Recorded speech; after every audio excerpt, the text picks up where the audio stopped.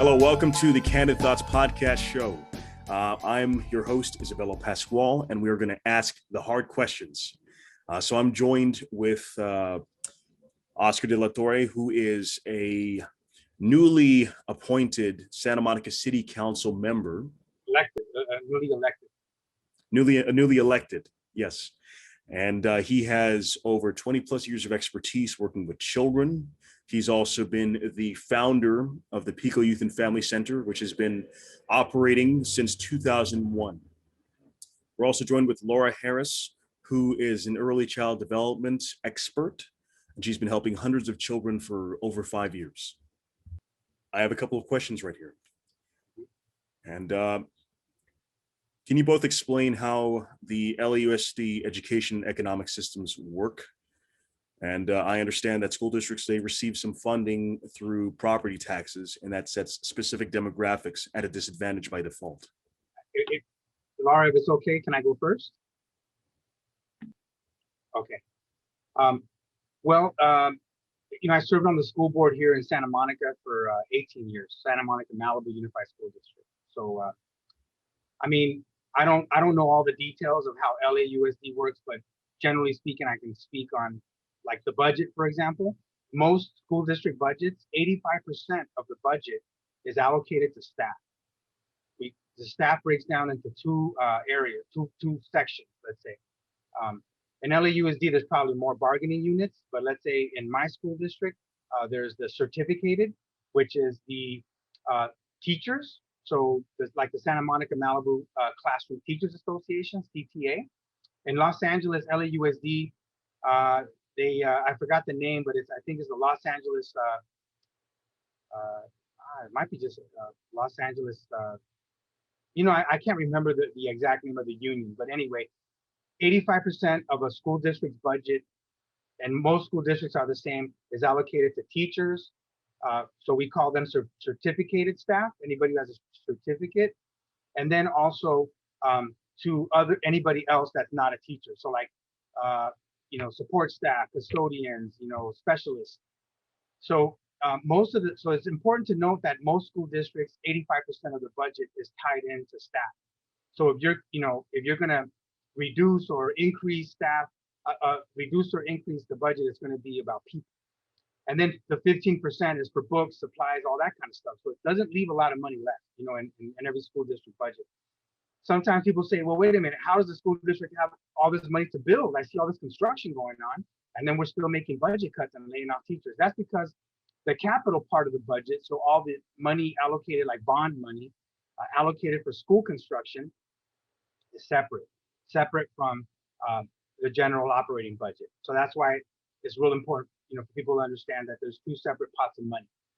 And the other thing I can say is, the bargaining units have a lot of influence, on the budget, have a lot of influence on, a lot of other matters in the school district. There's politics, of course, because how you elect the school board members, who elects the school board members, the money involved in the elections, all those politics play out.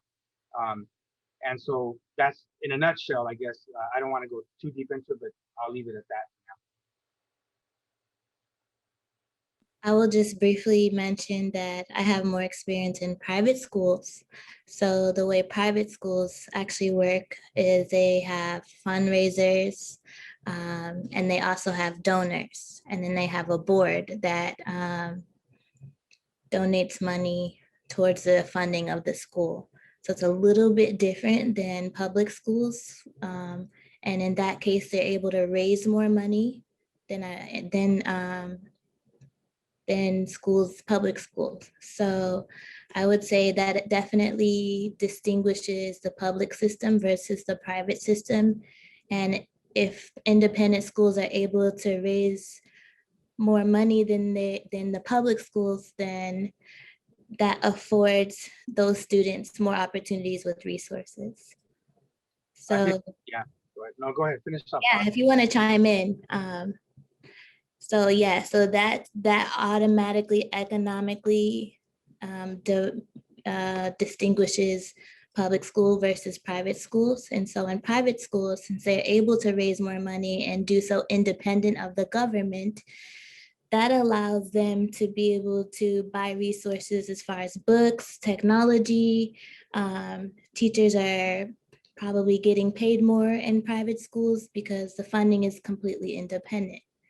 And so just that alone gives students and the faculty a little more of an advantage.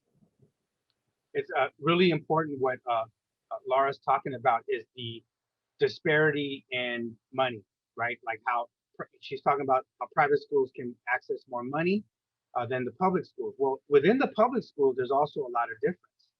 For example, Santa Monica Malibu Unified School District is more better off financially than like Inglewood Unified School District. You know, so we have disparities. There's no such thing as equal opportunity in public education. And that's what's really sad about it, right? That there's young people that are growing up in low income neighborhoods. They're attending schools that have less resources. They're more underserved. The teachers are less prepared, you know, in some cases, not in all cases, but you see a lot of that. You see a lot of these disparities that exist. In the state of California, we're now entering an era where they're calling it basic aid, meaning that like Beverly Hills was the first school district to turn basic aid, meaning that their property taxes exceed, you know, the money that the state would have given them. So the state allows them to keep those funds, and it creates disparities because the money that a school district gets is dependent on the level of the property taxes generated in a community. And so this has been a big legal fight in the state of Texas. There was a Rodriguez case out there. There's also, I'm trying to remember the name of the lawsuit here in California. Anyway, it'll come to me. But it's around that same concept, right? That it's unfair to base the money that schools get on the property taxes, because then the richer neighborhoods are going to have more money for public schools, and then the poorer neighborhoods are going to have less money for public schools. And I know the state of California, which, you know, funds the majority of public education in all, you know, school districts. They are trying to implement the concept of equity, right? So that the schools and the school districts that have the most need get more money. It's just with this whole basic aid thing, it's not going to work that way. So we need to figure that out. We need to find a way to ensure that, you know, where you are raised or what neighborhood or what zip code you live in does not determine the opportunities, the educational opportunities that a young person has.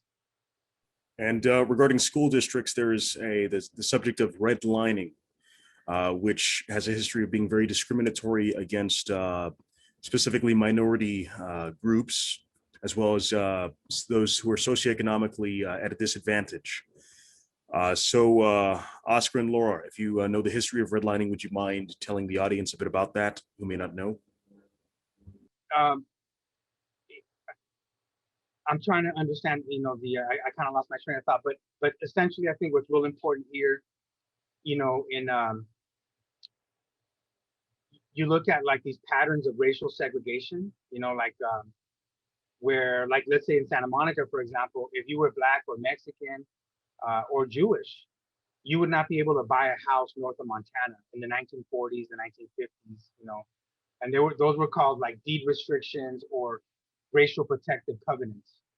And it was legal. I mean, back then it was like you could, you know, you could put a law that says you cannot sell to a Black person. So a white homeowner could not sell to a Black person. You'd have to have a white friend to buy the house on your behalf.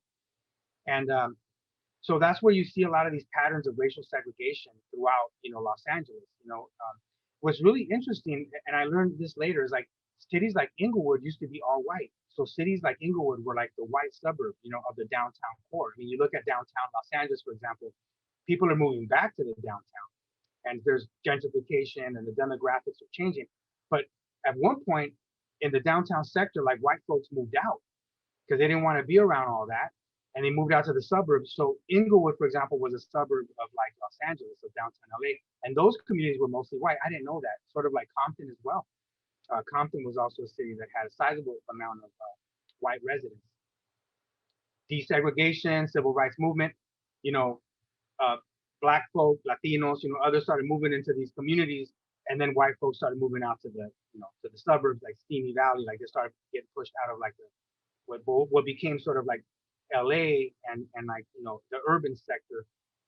White folks moved out to the suburbs, right?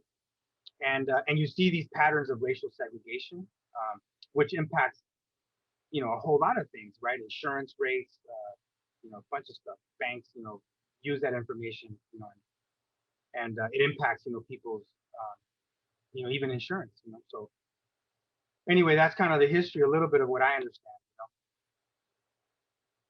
I would just add on that along under the lines of gentrification, certain areas of LA only receive certain amount of funding. Is that right? So Inglewood, the public schools in Inglewood are different than, say, for example, I don't know, North Hollywood. The funding in each places in those public schools, whether they are more or less, just by the change of geography, there's an advantage or a disadvantage just by location. Thank you both for your answers, and moving on to the next question.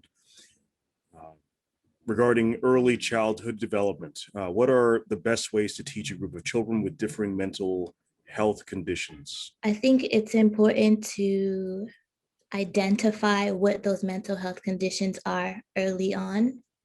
I was speaking with a parent who has a child who may have some type of learning difference. And she was saying to me, I wish that when they do assessments, they do them early in the year, or maybe, just after the summer when students' brains aren't necessarily as active, right? They've kind of lost the information that they've learned in the previous year. So what are some ways that in the school systems, what are some ways students can be assessed and really identifying the problem early on and at the earliest age possible? Because sometimes you're not able to catch those problems kindergarten or first grade. And then, the problems start coming out third grade, fourth grade. So what are some assessments that the school systems can implement, and what is the timing that it should be done? I think, in my opinion, the summer really should be used for these types of assessments before entering into the next grade level, so that you can really zone in on what those problems are in order to be able to meet the needs of those children. And feel free to add in, but I definitely think that's important. I mean, early childhood development is really key, to addressing a lot of social problems, right? The earlier that we can assess, reach young people, and provide interventions, especially when young people have experienced, a lot of trauma or poverty or just, any kind of deficiency, we should try to remedy that as soon as we can. So effective, well coordinated services in early childhood development is key and essential, for brain development and for the health and the well-being of young people as they go into the public education system. So and I've seen a lot of investment. There's been quite a bit of investment in relationship to early childhood development. So that's good. I think the government is doing a better job than before. So that's a good thing. Yeah, and the topic of mental health awareness is not so taboo anymore. And there's societally, there's a greater push for empathy and understanding mental conditions. Whereas even 15 years ago, if somebody had autism or they had dyslexia, there was a lot of taboo against that. I just want to add in one more thing. I think literature is very important. Reading is extremely important. And through reading, these are ways that we're able to teach children. In regards to your question, the way we address these types of conditions can be through literature and through reading, and teaching kids how to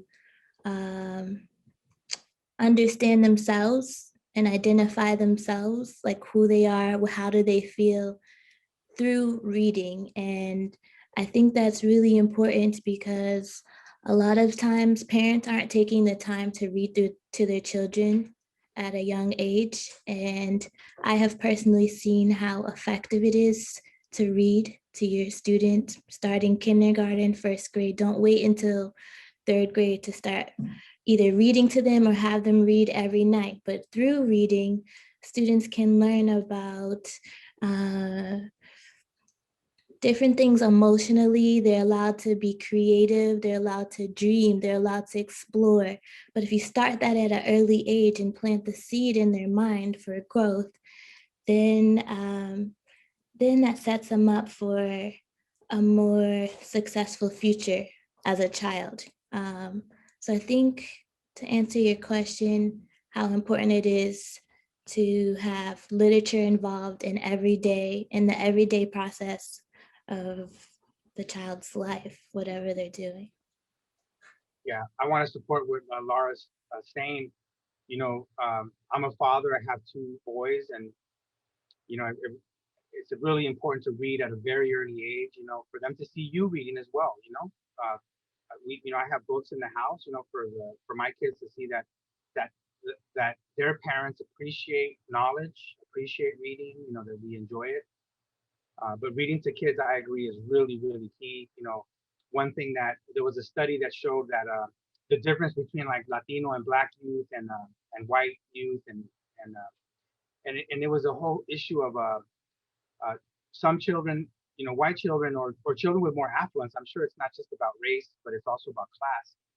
That children with more money, with more advantages, they show up to school with much more vocabulary, than kids of lower means, right? So it's important, to teach that vocabulary, and you gain it through reading. And the more you see letters put together, the better a writer you become. So I think that's very good advice. I mean, that's in terms of preparing a child for education, for sure, reading, but also other things, singing and looking at colors and talking about things and even going outside. And I remember I used to do this with my son, and I would be like, what does that say? And it's a stop sign, and he would, put words together, and we made it fun. Or I still do that, and like I'll say, I'm gonna say a word in English, and you tell me what that word means in Spanish. So little games that as a parent you play with your children, just to get them to learn, words, vocabulary, and anyway, you can even go deeper than that and do flashcards if you want to really get more advanced in that. But just playing with them around academics, even if you go, you say, okay, look, you're driving around, you see a parking lot, you say it costs $3 to get into that parking lot. If 20 cars go into that parking lot, how much money is the parking attendant going to collect? Like little word problems, just simple things, make it very simple. And kids love that. Kids love the questioning, they're competitive, they want to get the right answer. So those types of strategies are always a fun way and an easy way, to get children to engage, right? To see academics is not just like, oh, school, I got to do this, you know what I'm saying? But knowledge is important, and it's important for parents to inculcate at an early stage, the appreciation for knowledge and the excitement, of figuring things out. I think you touched two important things. Creative learning is very important. Like you said, singing, learning through the arts, painting, those are things that I think need to be exposed even earlier, and encouraged more, because that really allows the students to explore their creative selves. And I also think something you touched on that was very important is learning by experience, right? So you go out, like you said, you go out to the store and you ask, what is this? What do you call this? How much does it cost? In those moments is when you can involve real life learning, real life math, just real experiences and hands-on. Students really like to be hands-on versus, like you said, sitting in academic and just learning something, memorizing something. Kids really like to learn by experience. So this really goes back to the home. There's only so much teachers can do or teach a child, but it really starts with the home. And I know we might touch on that later, but parents are the first teachers that a child has, right? So parents are the ones that should be more involved, more engaged with their child's learning, giving them opportunities for real life learning, real experiences, and exposing them to creative learning. Also, I wanted to touch on the idea that parents should be more conscientious as to what they are allowing their children to see on TV, on iPads, on the devices. Because I don't know, I got my first phone probably in high school, and kids now are getting their first phones in, first grade, second grade, at an early age. And so if parents aren't really regulating what they are watching, because I've watched young kids just get on and they know how to navigate and do all these things that I don't know if I would have known how to do in first and second and third grade at that early age. So parents really need to be more conscientious of what their child is exposed to, right? Really regulate, what are they watching? What are they learning? If they have those devices, is that child restricted to just learning applications? What is the child seeing? Because then they're reflecting that behavior, right? So it's really important to know and see what your child is being exposed to on their device. And if there are more restrictions, then that can really help to mold the mind, help to mold their behavior. It really contributes to their learning. And I just think that's something else that's important to be able to teach them as they're growing. Okay, that's a lot of good points there. I through my profession, I'm able to go around town and I see the effects of adults who grew up without those resources, where they weren't able to flex themselves cognitively. Where there are some people that are in Los Angeles County that are in their 40s and 50s, and they were illiterate for a huge portion of their life. And that's just a reflection of the economic disparity between different school districts. And as you had both expressed, that it's very important for children to start reading early on, so they can start to develop better cognitive habits, and they can build more self-esteem, build a higher vocabulary, which gives them access to different social circles, which can help them when they go through life in academia or in the workforce. They're able to express themselves and network with different people instead of being restricted to a specific community because they lacked the cognitive know-how to navigate different social circles outside of their own. Can I add something onto that, Isabella? I just think also it's important to know what resources we have and that are available to us. Sometimes we don't even know there are free resources. And so sometimes it's important to look for those resources. It may take time, but you can go and sit in a library and read books for free. You don't necessarily have to have a library card, but sometimes that's just not a thing that people think of. So we just have to be more conscientious in our choices as we choose what we are learning and how we are learning. We have resources available to us, but some of us just don't know where they are or how to find them, right? So we need more transparent resources, more available information to where we can find it much easier. I know that there's the internet now. You can go into the library and use the internet there. There's just one resource that I can think of that comes to mind. But if we are able to know what those resources are and how we can find them that are free to us, right? Then we can start making the personal choice to go use those resources to expand our knowledge. So I think that's something else I would like to add. Yeah, real important. I've talked to a mom, she raised 5 children, on a shoestring budget. And all her children went to the university. Like all of them went to, 4-year, even beyond that, masters and PhDs. And I asked her, I said, what was your key to success? She's a single mom, immigrant, from Mexico, doesn't understand English very well. She didn't really speak English. She probably had like an elementary school education, which is very common. Like my parents only had a 6th grade education from Mexico. And she said something that I agree with wholeheartedly. She said, you know what? I looked into every program that existed in the park that was free. I went to the Boys and Girls Club and enrolled my kids in every program, every after school program. And that was her key to success. She said, my kids didn't have enough time to just hang out, and play video games or waste their time. Like they were in dance, they were ballet folklorico, they were doing cultural stuff, they were in an after school program. I was making sure that they just got there and then picked them up, and developed a relationship, with the staff members. So what happens in school is very important. So parents, meeting with the counselors, meeting with the teachers, especially when their students are not doing well. But also, it's just as important to connect those young people up to after-school programs to ensure that whatever programs exist in a neighborhood, that those kids are enrolled. And the parents' job is to make sure that those kids are showing up and doing what they are supposed to be doing, and that there's a connection with a staff member. Just for accountability and, just to check in. But I really loved her strategy. It was very simple. It was like, I'm not going to let my kids, get out of school and hang out with their friends at the park.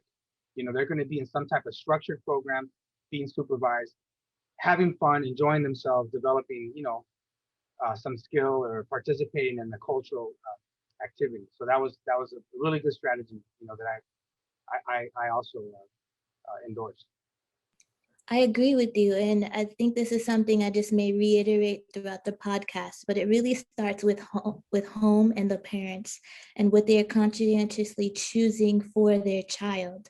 I know for me personally, my mother put me in a language immersion program starting in kindergarten, which afforded me to be able to come fairly fluent in Spanish. And as an African-American female, people wonder, how do you know Spanish so well? I've had some native speakers say, you speak better than I do. But that is because I was put in the education to learn Spanish starting at an elementary level. And that was my mother's personal choice. So it really starts with the parent. Where are you placing your child? What are you doing actively to make sure they're getting the things they need to set them up to be successful? The parent is really the first teacher. And then the teacher really supports what the parent is choosing for them, right? So my mom chose to put me in a language immersion program. Then I learned Spanish based on those teachers, but who had to put me there first? It wasn't the teacher. The teacher is always there and available to provide what they know, but it really starts with the parent. And so just as we talk about that, I just think it's really important for parents to know how being actively involved in their child's education really makes a difference in their success. In my experience, I've noticed parents who are just not around, maybe they turn over responsibility to the nanny. And sometimes I understand it's not by choice. I know that they have to make a certain living, they have a certain business to run, and sometimes they're just not able to be home because they have to be out in order to put food on the table. However, it's really important for parents to be actively as involved as much as they can in order for the child to be successful, choosing the right schools, looking for the resources that they need, helping to develop relationships socially and emotionally. It really starts with the parent. And so that's, I think that is the core of child development. When parents are not involved and they just sometimes just let the child do what they want, there's no sense of structure. Sometimes that's detrimental to their growth, to their development, because okay, if a child is crying and you just hand them a device and they watch whatever they want just because they're crying, that's that's just appeasing the child for that moment temporarily, but you have to think about the long run, the long-term effect that will have on a child. So once again, it really starts at home and what the parents are choosing for their kids, and identifying what does what is their child like? What do they enjoy? I know when I work with my 2-year-old niece, she's a very smart girl. She's having full conversations at 2. But I know that I bought a little book for her and there's stickers in them. So then we do sticker puzzles together, and I noticed that she likes to work with stickers.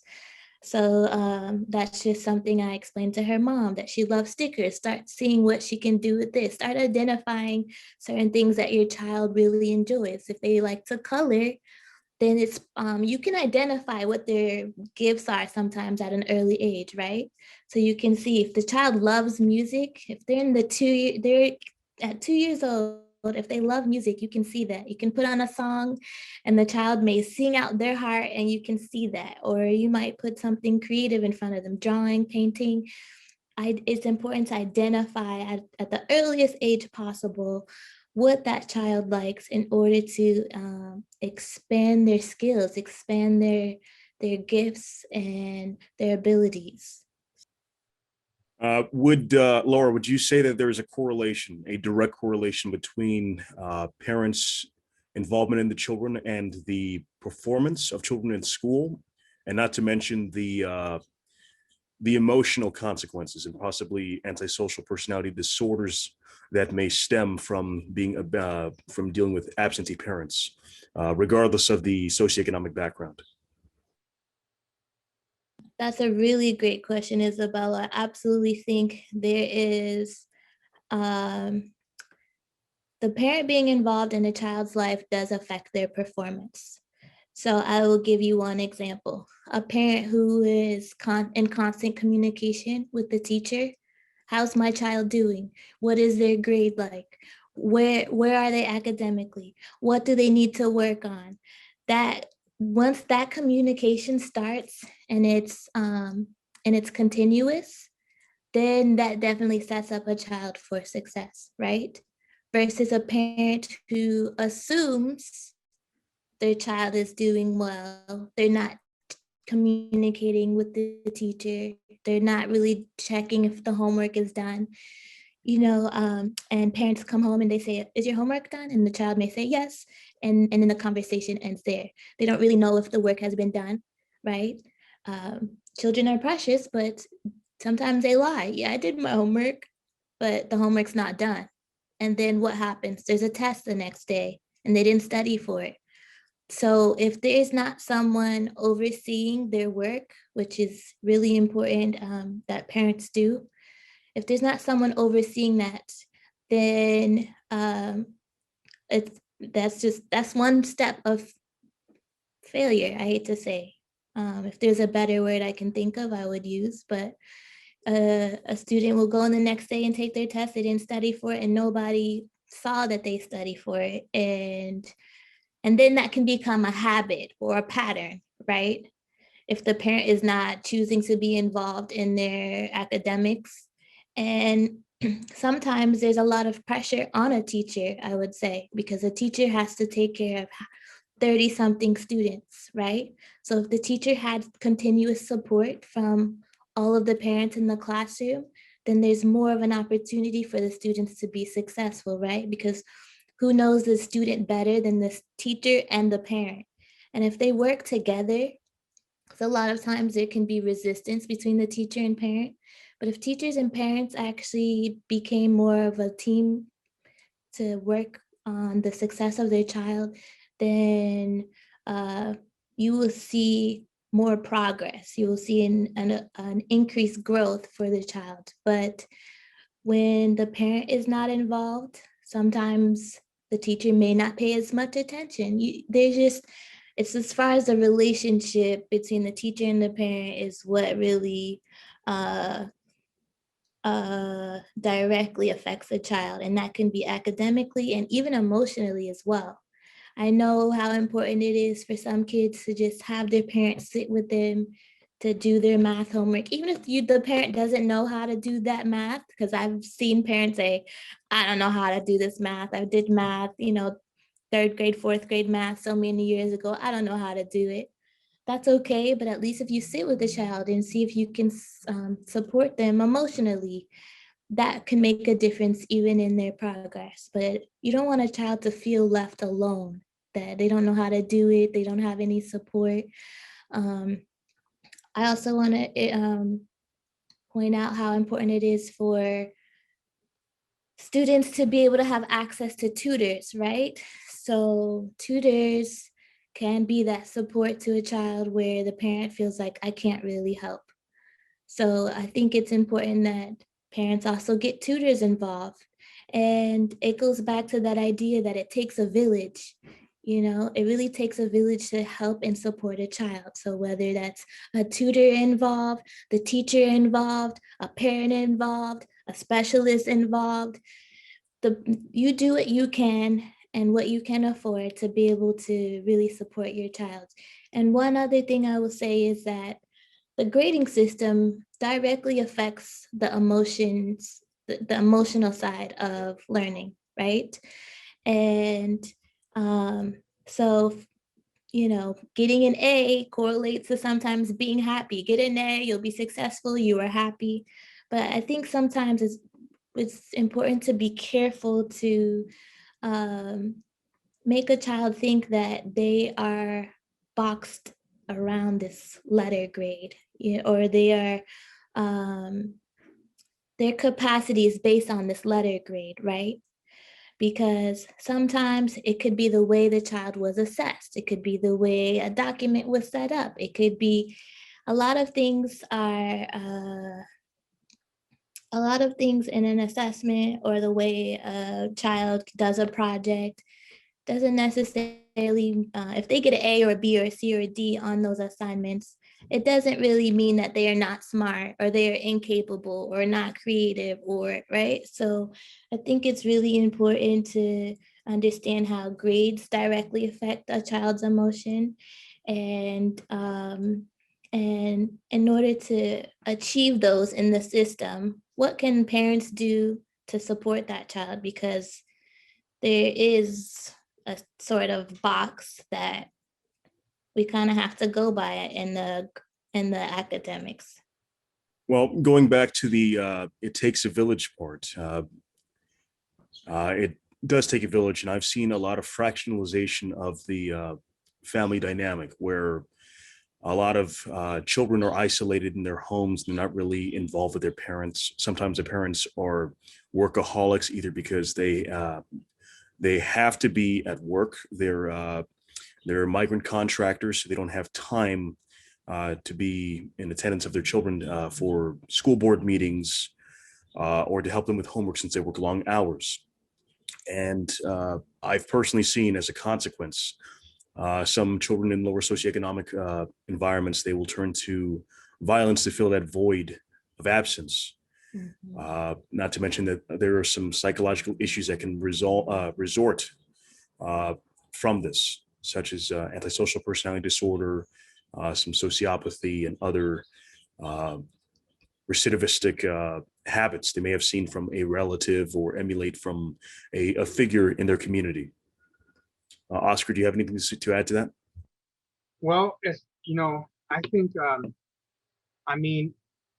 one of the problems with all social service programs and even public schools, first off, the most important thing that we can provide children is a quality public education, right? That's strong. If you have a good public education system, good teachers that make that's really where the strength is. When we talk about schools, really it's about the teachers. Are they being compensated right? Are they being provided professional development? So having that, it's not enough in low-income communities, where the village is fractured. There's struggle. There's you might have, in all low-income neighborhoods throughout Los Angeles, you have young people that get involved in gangs and crime, and it's unfortunate that all that happens. So you need to make sure that these social service programs are not working in silos. Like, for example, if you have an after school program, how much coordination is going on between that after school program and the school? So imagine how powerful it would be that a teacher would be able to talk to an after school program that offers tutoring and say, look, little Henry, he needs a little bit more help with writing a descriptive essay, or he needs a little bit more help with math. You know what I'm saying? Like, imagine like as an after school program, you get a call from a teacher to say, hey, I know that one of my students goes to your program. That type of coordination, when you coordinate it right, you end up with what is known as collective impact. So there's this theory of breaking down the silos so that organizations are working and collaborating, for the benefit of these children. It doesn't happen very often though. Usually everybody just works in silos instead of collaborating. So the more collaboration you get between different social service providers, you're going to get better results. You're going to have more accountability, because it's also like an internal accountability system.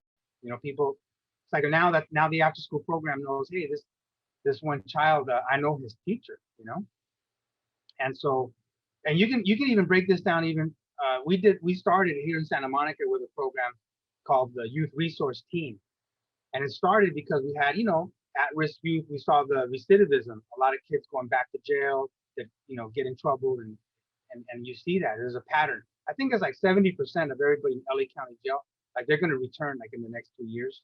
So there is a lot of recidivism in our criminal justice system, and so you can definitely develop a program, let's say in a community, with probation, with law enforcement at the table, with after school programs at the table, with the continuation high school at the table. Like imagine like a meeting every 2 weeks, and everybody's just talking about a list of young people that need a lot of help. And every 2 weeks, people set goals, and it's like, hey, this young person needs a job training, or he's about to get out of juvenile hall, or we have, a father that's getting out of jail, or a mom that's, needs to go to rehab. I mean, whatever the need is, you have social service providers with schools and everybody meeting every 2 weeks, and that's exactly what they're doing. They're talking about, all the things, the services that are needed in the family, and they hold each other accountable. I mean, ideally that's the best system that can work, where people don't fall through the cracks. And typically what we see in many communities is that nobody's really keeping track of, what services are needed and ensuring that those services are being delivered. So anytime that you can work with this concept called collective impact, where you break down the silos, and schools and after school programs are working together, probation is talking to law enforcement, talking to schools and job providers and all that, then you're going to see a real impact. You're going to see a collective impact, and you're going to see results. I want to add something else that I think would support the emotional development of a child, which I don't think is discussed enough, which is how parents are implementing spiritual or religious teaching within the home, which can help to develop a sense of self-love and self-care at a young age. And I think that's really important. And the more, in my experience, I've seen the more people are involved in the church, then there's more community activities you're involved in, and the more opportunity you can develop relationships, right? But it's under kind of a protective shelter in a way. So another suggestion is, in your community and in your faith, how can you be more involved in the church, and starting kids at a young age, being more involved in the church, whether that's in choir or some type of youth groups, or I don't know, some type of vacation Bible school where they can develop friendships within the church. That's another important aspect, right? Because, or teaching kids at a young age, maybe it's meditation, whatever works for the family. But I think having some type of foundation of religious or spiritual teaching at home really can make a difference in the child's life, and learning how to self-care, because then they can develop a sense of their intuition could be stronger in a way. So that's just one idea that comes to mind fairly strongly to me, that I don't think I see enough in homes, teaching children whoever they identify with, whether it's Jesus or whatever they identify with, that gives them some sense of uplifting. I think that's really important to bring that back to the home and also be a part of the community as well. Yeah, I think that's very powerful. I mean, spirituality, we don't talk about it enough. Obviously, Laura's coming from the private school setting where that is part of the curriculum. And in the public school setting, it's not so much. But I think we should talk about spirituality. We don't have to talk about a specific religion, but we should talk about the fact that it's not just a physical experience that we are going through as human beings. There's also a spiritual component, an energetic component. And it's really important for us to understand that, but something simple that I do, even like my son, my little boy really enjoys it. He enjoys doing this, is to do a prayer before we go to sleep. We don't do it all the time, but when we do it, it feels really good, and to hear my son express, who he wants to pray for or what he wants to pray for, what he wants to see better in the world before he goes to sleep, and to hear his dad, say something as well. It's just, it creates a really nice bond, right before we go to sleep, So that's a simple sort of just strategy, asking your child, like, let's do a prayer, and, who should we pray for, what should we pray for? What do you want to see better in the world? Those types of questions I think are really important to get kids to reflect. And I think that's amazing that you do that with your son. It really gives him the opportunity to explore what he believes in and how he feels, and to be able to identify the things that make him feel good. And like you said, that gives you a sense of bond. So just doing that little action alone creates waves just in his life, and opens another opportunity for learning to, start learning about himself and how he feels, because it's really important to not only think with the head space, but to understand how we think with the heart space as well. And if kids are able to learn how to work with that sense of emotion at a younger age and develop it intuitively as they get older, then that also sets them up, that gives them another step towards success. So I think that's really amazing that you do that with your son. For a lot of children that do not come from a spiritual background, I guess a positive effect of being introduced to spirituality would be they would learn how to manage their stress more effectively. They are introduced to a sense of ethics and morality that they may not be exposed to, especially if the parents grow up if the kids grow up in an absentee parent household and they have to raise themselves. So then introduced to this, to positive spirituality, could have a lot of benefits to them, emotionally, physically, and socially, where they're interacting with a bunch of kids from different backgrounds, and they are challenged. They have their confirmation biases challenged, and they're learning how to discern right from wrong, especially if a lot of kids, they're growing up in violence-prone households or abusive households where they don't have that exposure. So that could be there are a lot of upsides to introducing spirituality in the schools. I agree. I think if students are able to learn and identify what the possible outcome of a choice is, right? Going back to discerning what the right from the wrong. If they're able to identify possible outcomes before they make a decision. So this is a part of the social and emotional learning. I think that's important. Then they're able to make better choices, better decisions, but it has to start young, and it has to start in the earlier ages, so that it's more preventative that kids are ending up in jails and making poor choices and making bad decisions because of their environment. So there's a lot that can be done at home, but then there's also a lot that can be improved as far as what the students are learning in schools. And this kind of relates to curriculum, right? Because there might be a set of things that kids need to learn: math, history, English, and a language, and science. Those are kind of the set subjects. But maybe at this point, 2021, we need to start thinking about what are the important things that students should be learning in school. Are they some type of, like you said, moral and ethics class starting at younger ages, and how important that is and how that directly correlates to their social and emotional health. So these are questions definitely that I think people should be thinking of more, is maybe we need reformation in the curriculum. And something that comes to mind immediately also is that a lot of students, a lot of minority students don't have the opportunity to learn about minority history, right? It's very, what is the word? It's kind of like a one way, this is history, these are the dates. And so anyway, I think students should be able to start learning more about their culture and being able to identify themselves in other people. And so it really is directly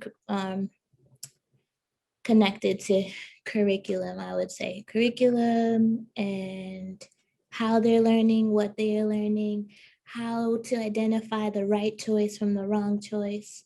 But like I said, it's so important that we started at an early age. So parents need to be more actively involved and seeing that those kids are getting those things, but also at the same time, the curriculum in schools maybe need reviewing, so that we can push them towards success in a new and in refreshed way that gives them more opportunities, and also that allows them to, like I said, going back to that head space and heart space, learning how to discern their feelings and how to work with them appropriately. I really appreciate Laura's comments, regarding curriculum, because if you can't see yourself in the curriculum, it's not going to engage you. It's like we are at a time now where there's more information on the internet than what you can get in a classroom.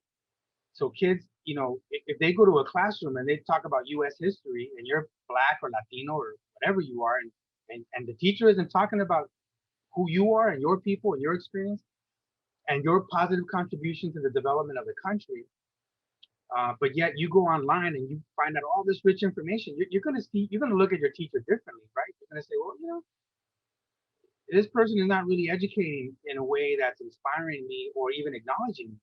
And so it's really important that ethnic studies, and there's a movement right now to make ethnic studies a mandatory graduation requirement. We made that policy happen in our school district, and LAUSD also, but the funding is not there. And anyway, there's a lot of challenges with getting those courses. Because really, I mean, look, the public education system at one point, it didn't even allow Black students in white schools. You know what I'm saying? I mean, there was Mexican schools, there was Native American schools, like, so, and then, now we're integrated, right? So that law doesn't exist, but we're still very segregated. Like if you look at, a Black student right now is more likely to attend schools where the majority of the students are Black or Latino, than even in the 1960s. It's crazy. So what we need, being that the demographics have changed, we need to make sure that the curriculum changes to adjust to the demographic reality. Like you have to talk about, the history of people, the culture of people. I mean, Laura, for example, makes a really good point. I have my two children in a dual language immersion program. In most countries in Europe, people learn more than one language. Like the United States, we're on this English only, ridiculousness. I mean, there's no threat in learning another language, but it just benefits you in so many different ways. But we need to teach culture. We need to teach the history of people. The contributions of people, the diversity. That makes us a great nation. I mean, right now, 54% of all the students in the public education system in California, 54% are Latino.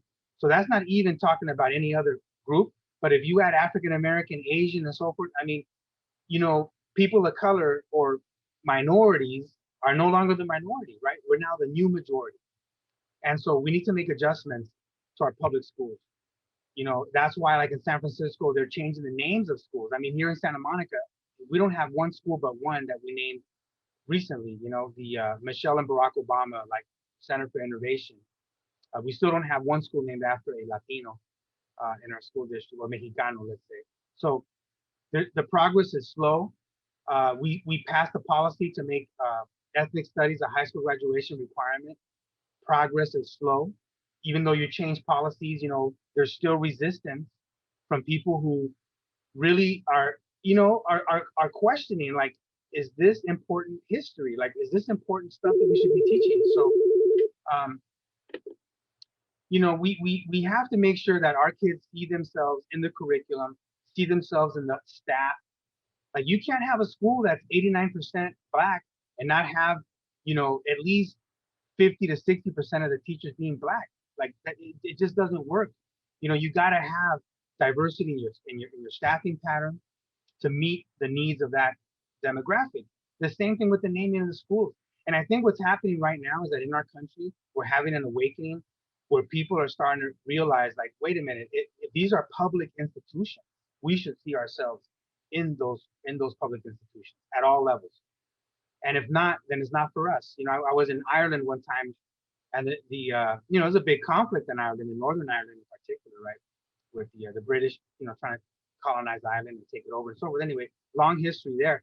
But there was a graffiti that the political Irish folks, they wrote on the wall. It said, "Anything for us without us ain't for us." And I love it. It's almost like, if it ain't, if you're trying to develop something that's for us and we ain't in it, we're not directing it. We're not. Bottom line, it comes down to this concept of self-determination, meaning that people have a right to express themselves, to know about their cultures, to celebrate their history. It doesn't make you less American. In fact, my position is that when we do that, when we truly embrace this concept that we're a nation of nations, that diversity is our strength, that makes us a stronger country. It does, there's people that fear right now. They're in fear of more people of color, the diversity. They feel that that's going to be the downfall of the country. And that's not true, because it's about the norms, it's about the mores, it's about the values, it's about the things that keep us together, the laws. Like, to be an American is to make this country work for all people, and I wanted to just make that point, and that is that we, our kids deserve to see themselves, in our public schools, in the curriculum. If not, honestly, I just don't think that you're going to change, the dismal performance rates. I mean, you look at our standardized test scores, Black and Latino students, low-income students of all races have consistently remained at the bottom. And the reason being, like, the dropout rates are higher in our communities is because if you listen to that one song by Dead Prez, Day Schools, I believe, I don't want to repeat the lyrics, but essentially it's very controversial. But it speaks to the truth that if kids don't see themselves, and their teachers aren't talking about them and their experience and all that, they're going to tune out. They're going to say this is propaganda, not education.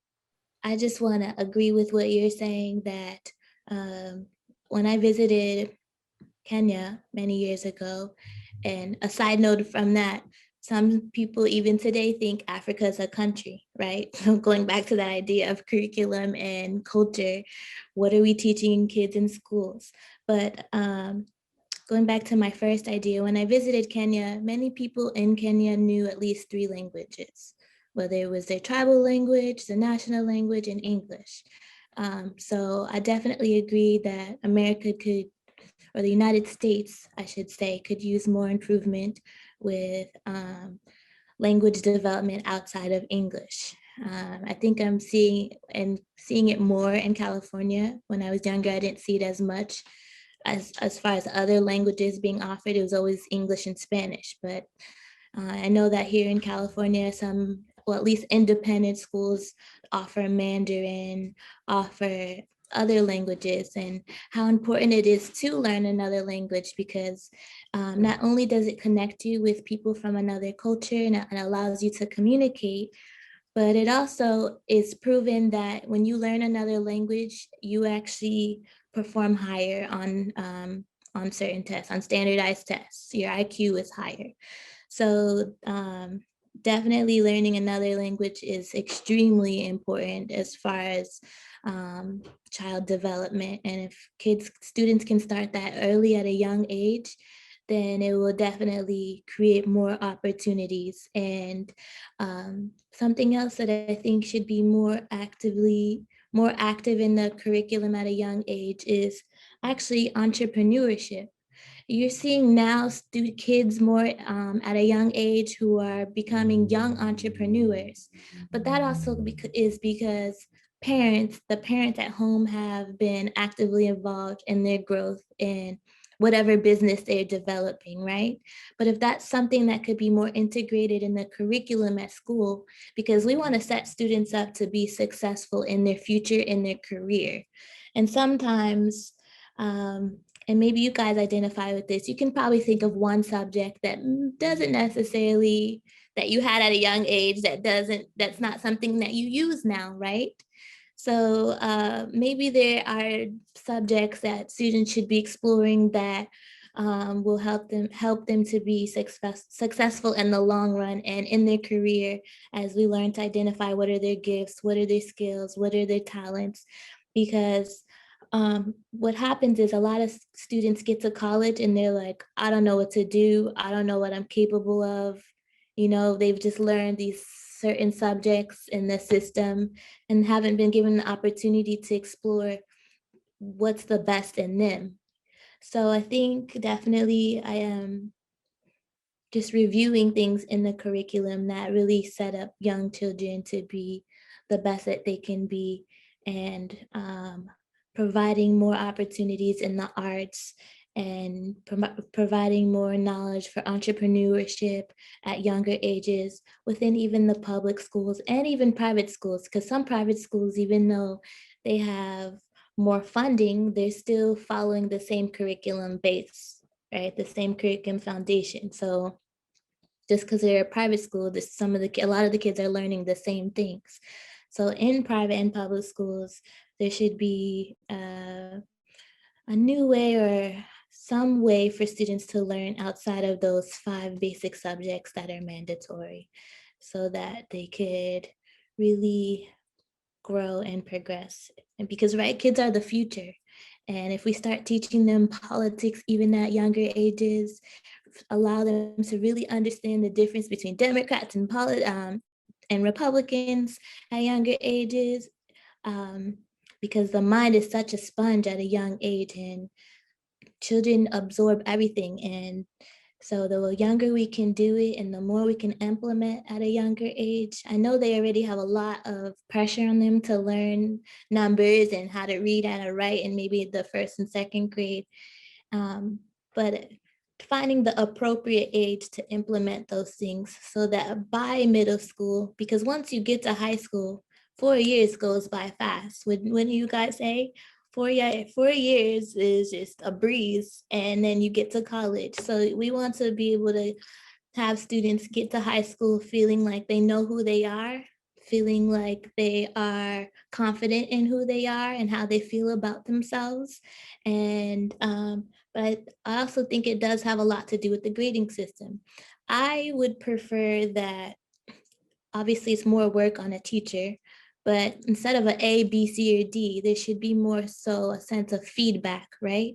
So maybe a child takes a test and they got 5 wrong and 5 right. Rather than just getting a grade letter, there should be a sense of feedback.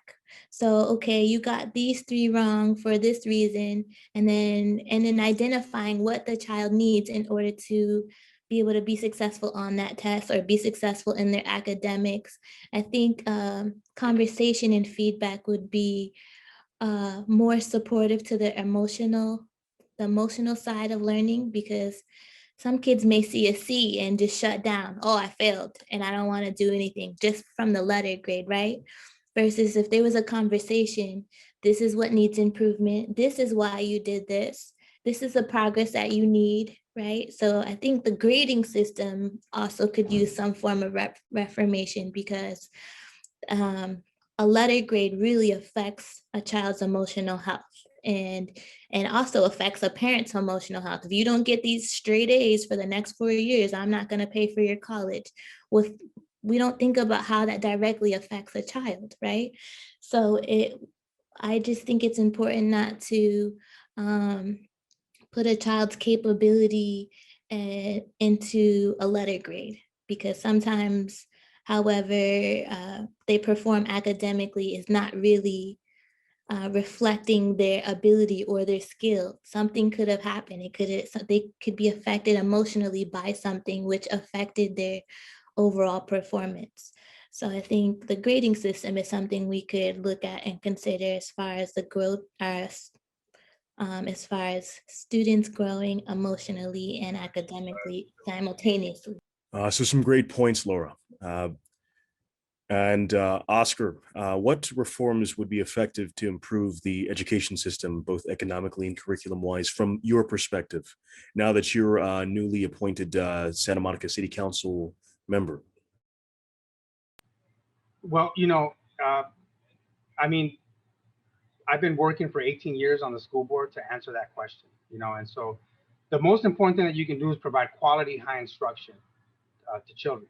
So having teachers that are valued, respected, supported, and that are also held accountable, and but that they work in a culture of collaboration. It's not about like test scores. It's about creating schools where everybody is very committed, to supporting children and their development and their education. So that to me is the basic sort of most important thing. Where do teachers come from? Most of them in the state of California come from the California State University system. Most of them are women, right? So we need to do more, I think, to strengthen the preparation of teachers. Like they should be mandatory courses, for them to take in terms of like cultural competency, for example, and ethnic studies and language studies. I think dual language immersion should be like statewide. Like everybody should be learning at least 2 languages. I think Spanish and English makes a lot of sense just because of the demographics of the state. But hold on. Anyway, sorry about that. So, after that, I mean, it's about funding, it's about investment, it's about, not just in-school programs, after-school programs. It's a long list. I mean, if anybody had the solution, they'd be making millions of dollars. And some communities do it better than others. But I think really one thing that is not mentioned a lot of is leadership. Like parents have a lot of power if they're organized. There's leaders. People that can get involved. One person can make a big difference. And so, I want to just acknowledge both of you. I mean, both of you are young people, and exactly what Los Angeles needs. And so it's about also developing leadership skills. And preparing leaders. To advocate, because you need advocacy to make the difference.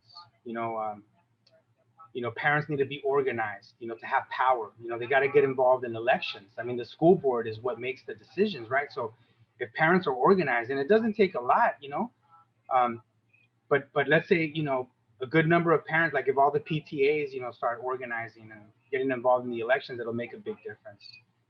And then finally, I think the best solutions come from the bottom up, so I think every school district should have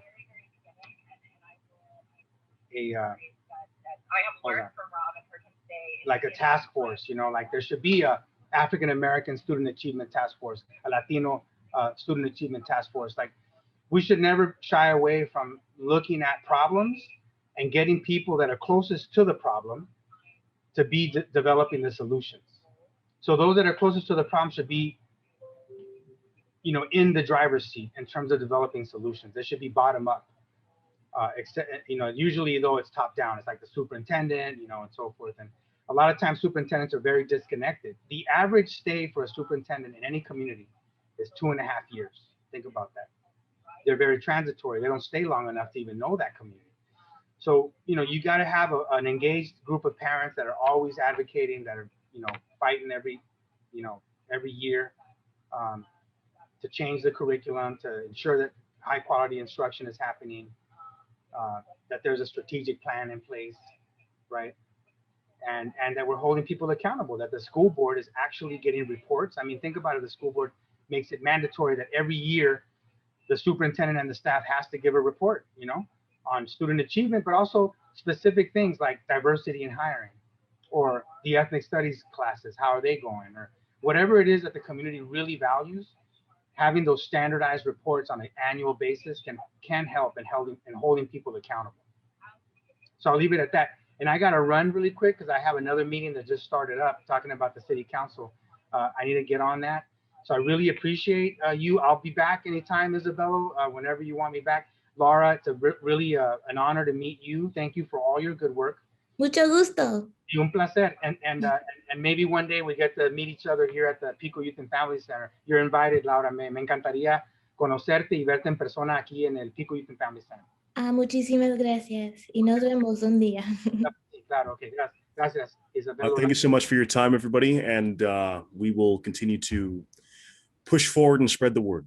Thank you, Isabella. Thank you for setting this up and starting this conversation. It's very important. So also thanks to both of you, and thank you, Isabella, for getting this going, because it's definitely something people need to hear and talk about more. So. Well, it's born out of necessity. A lot of disenfranchised people feel a sense of hopelessness. And now with the push for inclusion and diversity in media and also in the workforce, I'm trying to motivate people to push forward and to speak their truth. A lot of people, they feel that their words will be fallen on unlistening ears. But now is the time for us to speak up and to be more active in our communities and our successes. Because my personal philosophy is that we are all that we have. And if we are not personally accountable and active within our own communities, then it is ultimately up to us. Our failure is on us. But if we are actively involved in the development of our children in a healthy manner, and we want to ensure their success in their personal and professional lives, not to mention them growing up in a positive and healthy, nurturing environment in school, and hopefully it trickles back down to the household. Then we can prevent a lot of recidivism and a lot of antisocial disorders that can develop later on in life as the children grow up. And we've seen a lot of the consequences where a child who grows up in a broken home and they perform poorly in school, they're not incentivized to go to college, and they may end up with being teen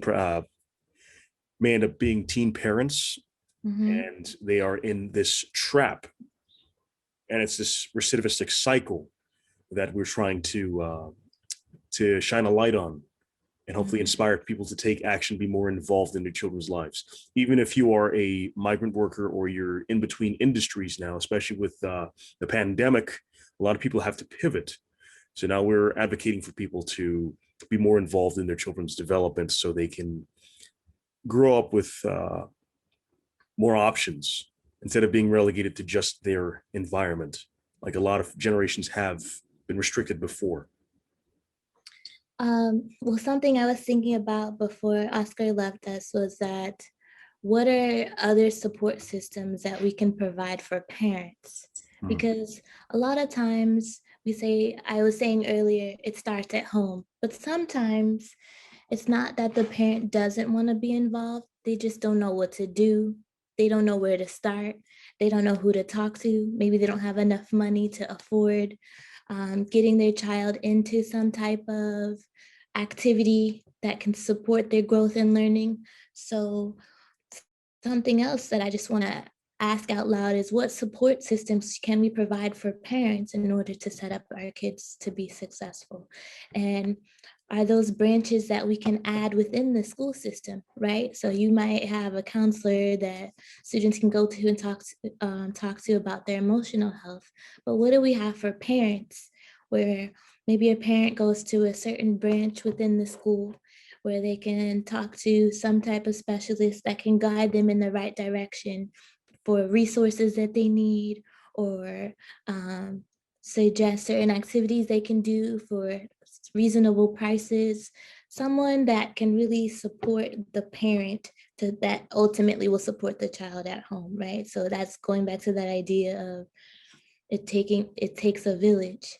Also, something that needs to be discussed more is the pay that teachers are receiving. Teachers are absolutely underpaid for the work that they do. I know, especially in public systems, in private schools, some teachers have more of an advantage because the funding is there.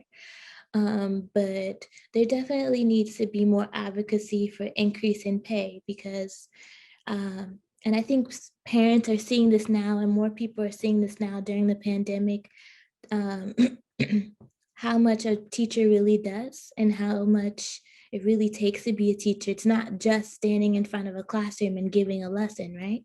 You have to prepare the lesson. You want to make sure every child is set up for success. You have to be able to identify which children have needs and what those needs are. You have to be able to communicate with the parents in constant communication to make sure those parents are aware of what's going on with their child. However, if there's just one teacher in the classroom and they're responsible for 30 students, I know that they are capable of doing it, but that's a lot of pressure. What if, now there's always the strong students, the ones that are in the middle, and the ones who need more support and help. But let's just say, what if all 30 students, or 25, however, are in a classroom?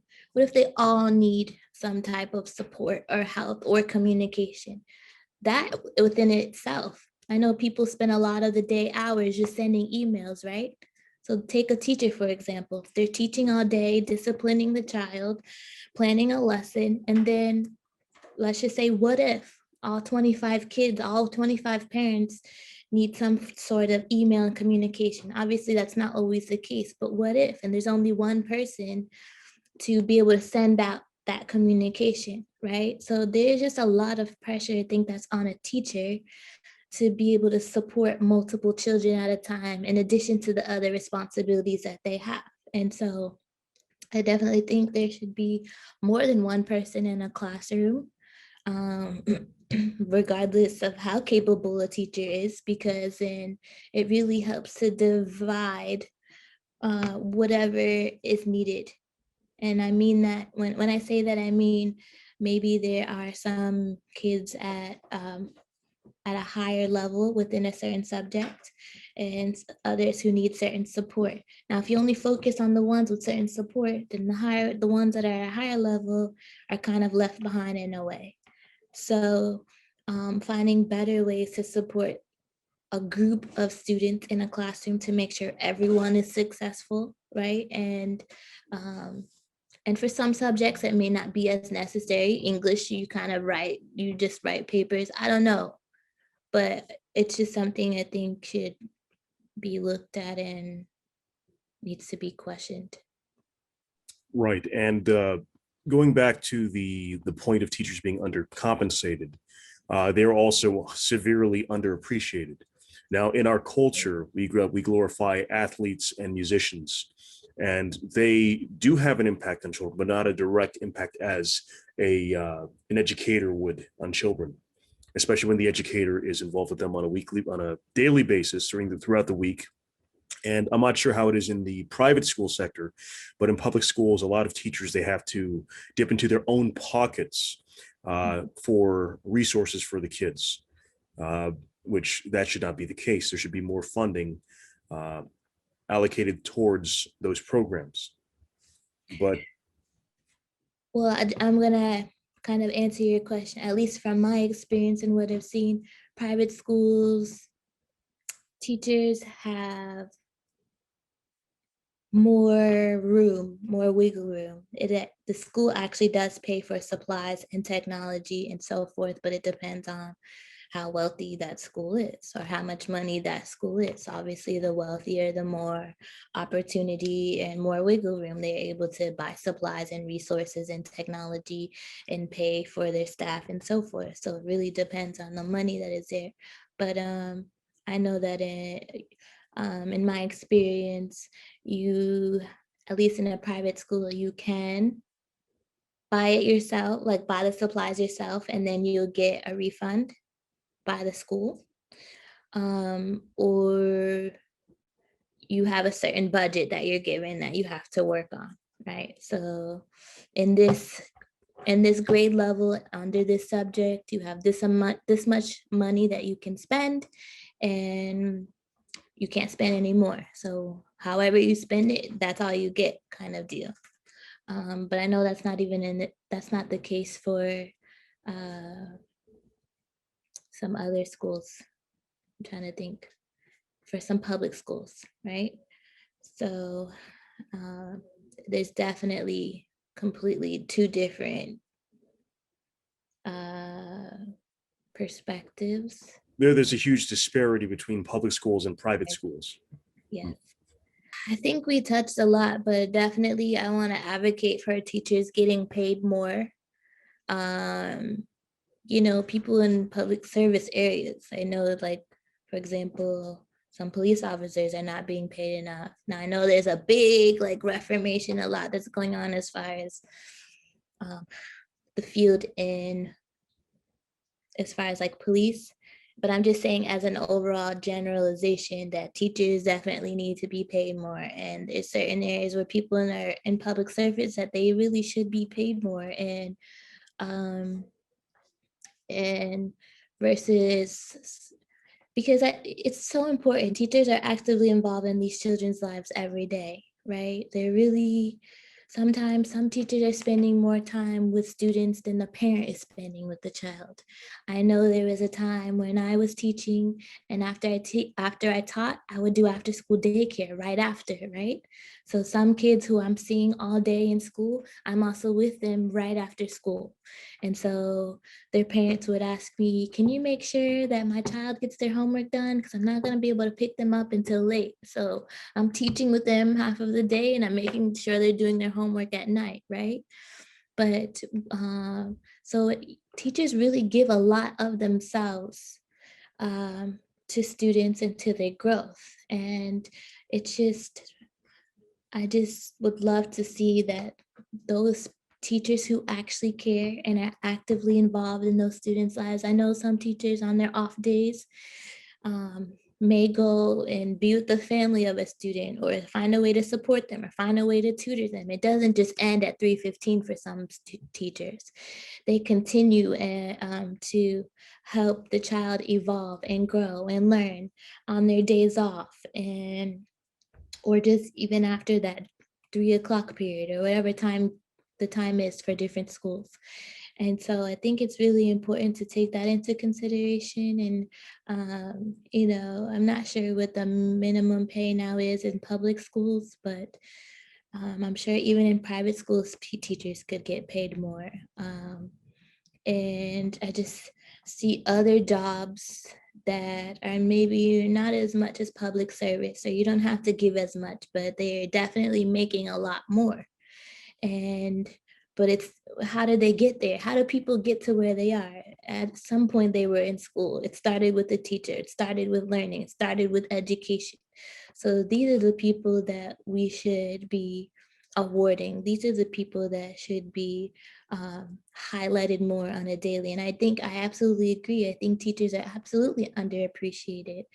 But also it just comes from the way the system of things are. Sometimes it's not always the teacher's fault. Sometimes it can be the teacher's fault, but sometimes I think it's the system of how teachers are set up.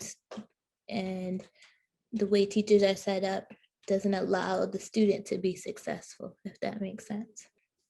Setting up teachers to where they're given an incentive, right? There should be more of an incentive, because I hear some students complain about their teachers. Some teachers actually just don't care. It's 1, 2, 3, and you take this test and they're done. But then there's those teachers who go above and beyond for their children, and those are the ones that we should hear more about and see more about and highlight, and should be awarding them. And because there is a lot of pressure on them. And I know that In the days when I did teach, there was many teachers around me who were still going to school full time and teaching and, you know, doing whatever they need for their personal lives. So these are people who are heroes that we don't even know about, or these are people who are actual leaders, but we don't really know about them, or we don't really hear of them. And so these are kinds of people who, in a way, because sometimes we idolize the wrong person. And so these are people who need to be put on that pedestal as well. And parents need to team up with the teacher more and communicate. It's really on the parent at the end of the day to reach out to the teacher and ask questions and stay on top of the teacher. It's really important that parents are a team player with the teacher and less resistant, because a lot of times parents try to blame the teacher when the parent didn't necessarily do their part or didn't do their part at home. So there really needs to be some sense of cooperation with the parent and the teacher in order for the child to be successful. The teacher can't do it all on their own. The parent can't do it all on their own. It takes a village. The more people involved, the more experts, the more people who know that what they are doing, the more people that care, then the more likely that child is going to be successful. The more support systems parents have to be able to help their child, and the more support systems students can have in school, will really set up a foundation for a successful future. And I think that's really what's really important. And starting with literature and creative learning and the arts and whatever you can start with at a young age, even if it's just one thing. It doesn't have to be everything, but even if you just start with one thing and work with that one thing, whether it's sports, you can, even if you can't afford, let's say, some type of soccer class for your child, you could still buy a ball, give them a ball, sit them outside, put on a tutorial on YouTube, how to play soccer. There are ways that you can teach your child without having the full resources, right? So we need to figure out what those things are, and we just need to have the support systems that can give parents that mode of thinking, because sometimes parents don't know where to start and don't have that mode of thinking because they weren't given that mode of thinking. Those are just a few things, and I absolutely look forward to continuing this conversation with you, Isabella, and with Oscar. And because children are the future, and the best ways we can set them up, just what comes to mind is like paso a paso, right? Step by step, paso a paso. So we need to be able to set them up step by step. And what's the first stepping stone? That should be our question. What's the first stepping stone? And at what age? Kindergarten comes to mind. Okay, in kindergarten, they have to learn a certain thing. They have to learn certain letters, certain sounds. That's kind of their first introduction to school. But maybe even kindergarten, the curriculum in kindergarten is something we look at and ask questions and see what can we put in the curriculum to set kids up for success. So just step by step, what are the tools that we have? What can we use? What's free to us? What can we use from those free tools to set kids up to be successful? And continuing the conversation like you're starting, and because there's so much out there that people just don't know, right? And something I will say, it may be silly, but you know, YouTube has become a big source of a teaching tool in a way, right? So I know for young minority women, they're going on YouTube now to learn about how to take care of natural hair, which is something that wasn't a conversation before, not at my age in middle school. At my age, you know, it was just perm your hair.